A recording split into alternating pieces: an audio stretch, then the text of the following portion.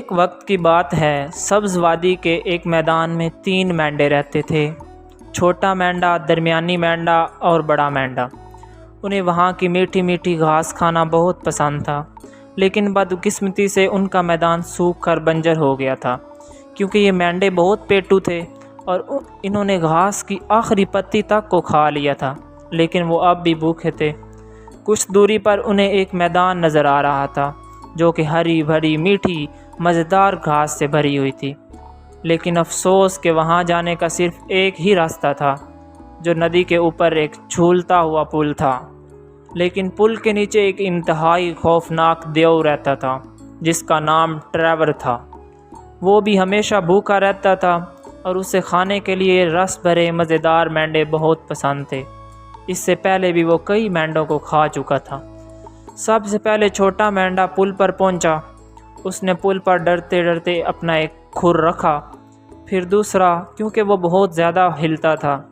اس نے بڑی محنت کی اور لکڑی کے تختوں پر وہ سنبھل کر اپنے کھروں کو رکھتا ہوا ٹریپ ٹریپ ٹریپ کرتا ہوا جا رہا تھا۔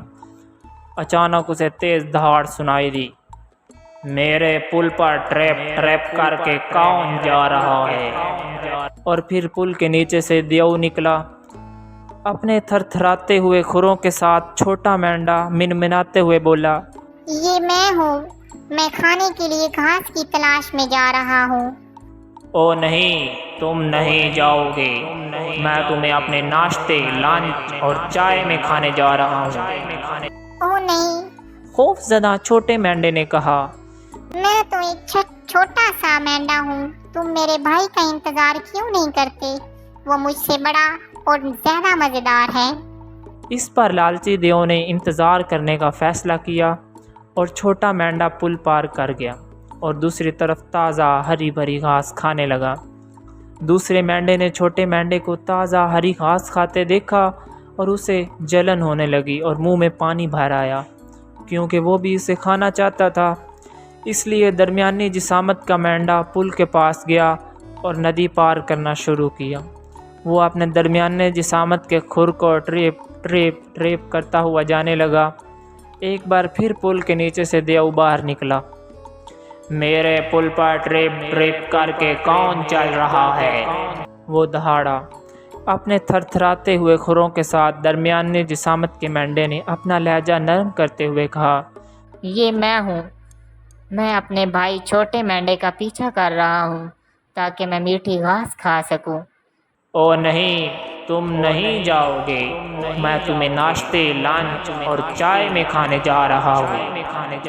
او نہیں، مسٹر دیو، تم مجھے کھانا نہیں چاہو گے، میں اتنا بڑا نہیں ہوں کہ تمہارا پیٹ بھر سکوں۔ میرے بڑے بھائی کے آنے تک کا انتظار کرو، وہ مجھ سے بھی زیادہ مزیدار ہے۔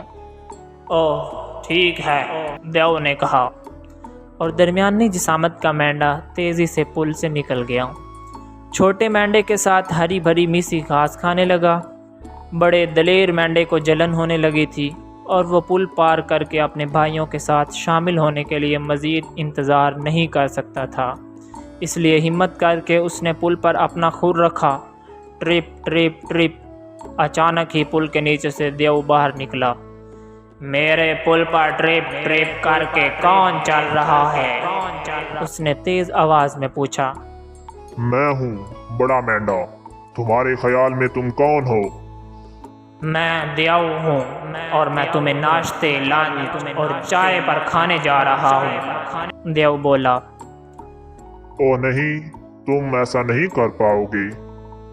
او ہاں، میں کروں گا، تم دیکھ لو گے۔